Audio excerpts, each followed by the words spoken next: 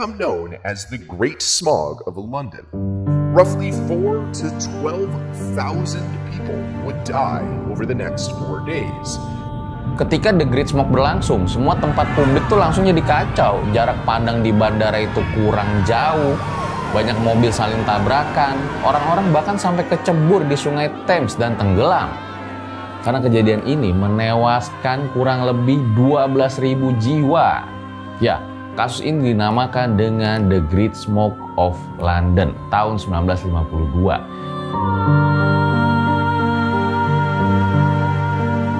Kembali lagi bersama gue Fajar Aditya, kali ini di segmen baru, Monolog. Boom.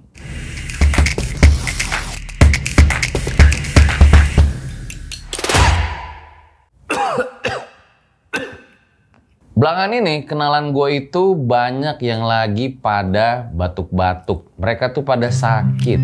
Katanya sih disebabkan oleh polusi atau buruknya udara yang ada di kota Jakarta. Bahkan kemarin itu kita masuk ya dengan kota beberapa di dunia dengan tingkat polusi tertinggi. Pantesan langitnya tuh kayak kabut-kabut gitu guys. Gue kira itu jurusnya Madara Uchiha, kabut keabadian. Ternyata bukan. Jadi ada yang bilang kabut itu disebabkan oleh banyaknya kendaraan bermotor. Ada juga versi yang mengatakan kalau kabut itu disebabkan oleh padatnya industri yang ada. Dan juga ada yang bilang katanya kabut itu disebabkan oleh pembangkit tenaga listrik. Nah, sehubungan dengan itu, kalian tahu nggak sih dulu itu ada sebuah kejadian yang mengerikan, horor, mencekam yang berkaitan dengan polusi udara. Bahkan karena kejadian ini menewaskan kurang lebih 12.000 jiwa. Ya, kasus ini dinamakan dengan The Great Smoke of London tahun 1952. Di mana kejadian ini tuh hanya 5 hari, tapi kok bisa dampaknya sangat sefatal itu? Ada kaitannya nggak ya dengan kejadian di Jakarta beberapa hari ini? Langsung aja kita mulai. Berikut adalah ceritanya.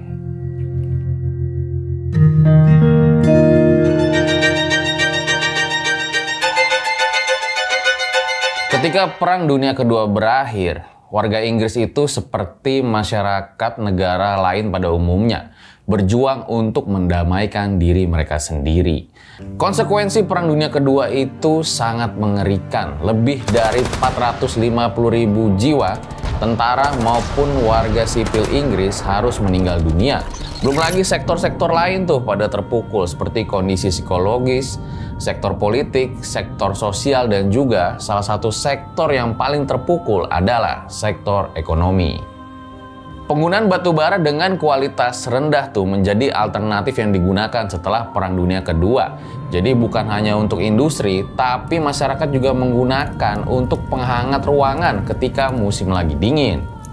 Jadi intinya ketergantungan warga London pada penggunaan batu bara ini cukup penting lah pada saat itu. Untuk sumber listrik, sumber panas, dan juga transportasi bus itu menggunakan diesel. Ya udahlah, makin menjadi-jadi. Nah, hal-hal itulah yang menambah polusi di kota London. Mulailah tuh asap mengepung kota London pada saat itu. Selama 5 hari, kota Inggris dipenuhi dengan kabut asap hitam yang sebelumnya itu nggak pernah muncul. Yang nantinya dikenal dengan sebutan The Great Smoke of London tahun 1952.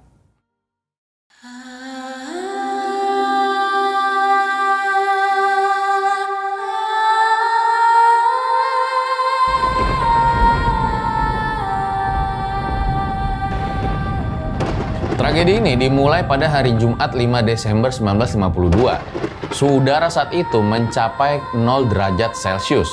Warga London menggunakan batu bara karena ini yang paling melimpah dan murah, serta hanya itu doang yang tersedia. Nah, celakanya batu bara ini mengandung dan terkontaminasi oleh belerang yang cukup tinggi. Ketika The Great Smoke berlangsung, semua tempat publik tuh langsung jadi kacau. Jarak pandang di bandara itu kurang jauh. Banyak mobil saling tabrakan, orang-orang bahkan sampai kecebur di sungai Thames dan tenggelam. Banyak pejalan kaki tuh harus pegangan sama tembok di samping ketika mereka tuh lagi berjalan. Sampai anak-anak di kota London tuh sekolah di rumah guys. Wah, ini parah sih. Bayangin guys, kalau tiba-tiba nih di depan kantor lo, di depan rumah lo ada asap yang kira-kira kabutnya itu tebel banget, lu tuh nggak bisa lihat jarak pandang keluar itu dengan jelas. Nah, kira-kira itulah yang terjadi dalam kasus The Great Smoke.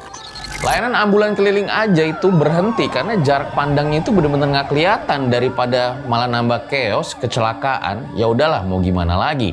Dan pertandingan sepak bola pun pada saat itu dihentikan. Ya gimana mau main bola, orang bolanya aja nggak kelihatan. Kabut asap membuat kota London benar-benar lumpuh pada saat itu. Bahkan ya disebut-sebut itu sebagai kayak pea soup itu. Jadi kayak sop tapi yang kayak sop jagung gitu loh, yang dalemannya itu nggak kelihatan isinya apa. Rata-rata smoke yang tebal itu justru adanya di kota pemerintahan London, di sebelah tepi selatan Sungai Thames. Beberapa tempat lainnya itu juga ada smoke, tapi dalam tingkat yang lebih rendah. Salah dua orang yang terkena dampak ini ialah Dave Higgins dan juga Jack Kelsey, kiper Arsenal yang masih main ketika The Great Smoke ini melanda. Dave Higgins pada saat itu masih berumur 9 tahun, tinggal di South Ealing, London, hampir tidak bisa melihat tuh untuk naik bus ke sekolah.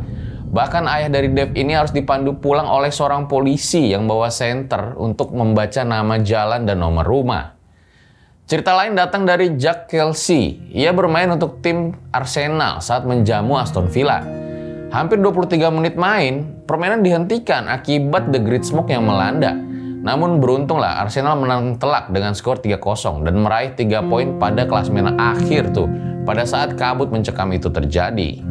Beberapa golongan pekerjaan tuh yang menyadari sepertinya tingkat kematian ini meningkat pada saat kasus Great Smoke ini adalah para pengurus jenazah, karena peti mati itu benar-benar digunakannya lebih banyak, dan juga penjual bunga tuh untuk pemakaman gitu kan biasanya ada bunga-bunga gitulah guys.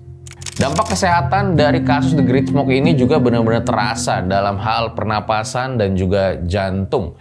Saat itu diklaim ya untuk insurance ya, rawat inap itu meningkat kurang lebih 48% pada tanggal 9 Desember 1952. Intinya nih guys, penerimaan pasien dengan penyakit pernapasan itu benar-benar meningkat. Bahkan ada sebuah data yang mengatakan itu hampir 163%.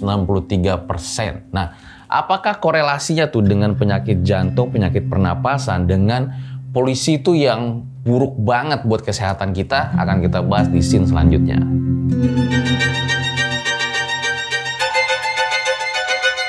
4 tahun setelah Great Smoke, pemerintah Inggris mengeluarkan aturan Clean Air Act tahun 1956 yang isinya jadi mengatur tuh penggunaan asap di industri dan juga di rumah tangga. Intinya tuh kayak menciptakan zona tanpa asap.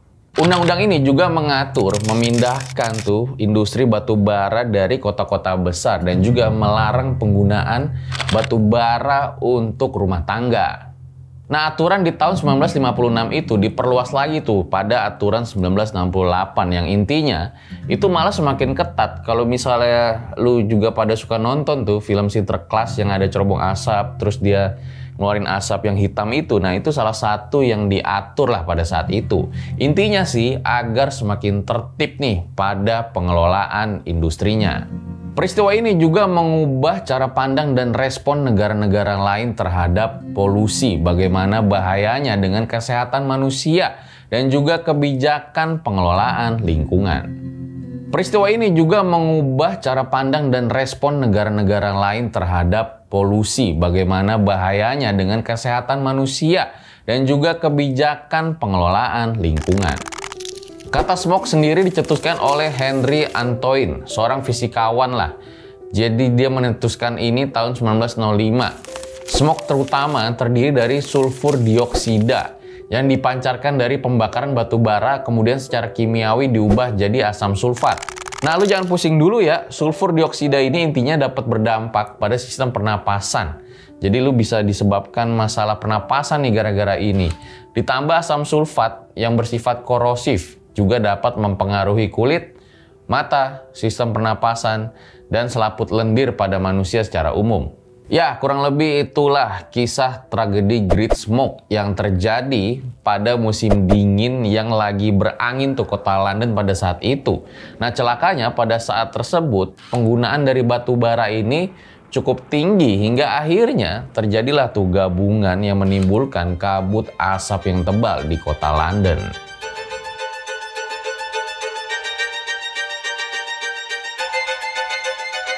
Selaras dengan peristiwa The Great Smoke di London tahun 1952, tentu kita harapkan ini nggak akan terjadi di kota kita yang tercinta, di Jakarta. Masalahnya nih, kualitas udara di kota Jakarta nih pada tahun 2023 nih kayaknya kok makin lama makin memburuk gitu loh. Banyak muncul berita-berita yang menyinggung tentang buruknya udara di kota Jakarta. Nah, buat lu semua nih, apa aja sih yang harus kita tahu tentang polusi di Jakarta ini? Yang pertama-tama, kita harus tahu dulu nih tentang gas dan juga mana partikel. Keduanya emang jenis polusi utama dan dihasilkan oleh bahan bakar fosil. Tapi beda jauh guys, pas mereka itu ketemu sama pohon. Gas dapat diserap oleh daun, sedangkan partikel itu nggak bisa. Intinya, daun itu dapat menyerap gas melalui stomata. Jadi nanti inilah dia menciptakan energi melalui fotosintesis. Nah, kalau partikel itu sebenarnya apa sih? Particulate matter 2.5 adalah polutan kecil yang sama WHO itu disorot karena sangat berbahaya. Jadi dia tuh nggak kayak gas. Pohon ini nggak dapat menyerap padatan. Pohon dan daun kita di Jakarta bukan penyaring polusi PM 2.5. Tapi itu juga nggak berarti bahwa mereka tidak dapat menghilangkan polusi udara. Ada juga proses yang disebut deposisi, di mana pohon itu dapat mengurangi PM 2.5 dengan menangkap polusi. Nah, pusing kan lu? Sama gue juga. Udah deh bang, langsung aja intinya apa sih yang harus kita lakukan nih untuk kota kita yang tercinta ini di Jakarta? Nah, yang paling simpel itu ya kita bisa mengurangi pembakaran sampah tuh guys. Terus juga misalnya ketika berkendara tuh, ya udahlah kita mulai coba tuh dengan menggunakan transportasi umum. Siapa tahu nanti lu ketemu sama jodoh di situ. Dan yang pasti nih untuk jangka panjangnya adalah kembali tuh meninjau atau menerapkanlah kembali pembangunan yang berkelanjutan. Jadi industrinya itu ya selaras lah dengan penghijauan atau yang intinya konsep-konsep kembali ke alam. Dan untuk jangka panjangnya bisa diterapkan ya pembangunan berkelanjutan, entah ditinjau atau misalnya ada yang direvisi. Bagaimana caranya agar pembangunan ini tetap berjalan, tapi masalah polusi ini juga salah satu yang dipentingkan, ditekankan. Karena ini ya dampaknya kita lihat sendiri di Jakarta pada hari-hari ini. Nah, semoga kita belajarlah dari sejarah tentang kasus The Great Smoke tahun 1952 yang terjadi di Inggris. Adapun bukan untuk menakut-nakuti, tapi sebagai pengingat kita ya, jangan sampai kejadian seperti ini kembali terjadi di negara kita tercinta ini. Gimana para Lang dan Erjel Satset? Apakah lu suka dengan konten monolog gua yang baru ini? Boleh banget dong kalau suka komen yang banyak di bawah. Gue rasa cukup demikian episode monolog pada kali ini ya. Tetap bahagia dan stay healthy. Gue Fajar Aditya undur diri. Boom.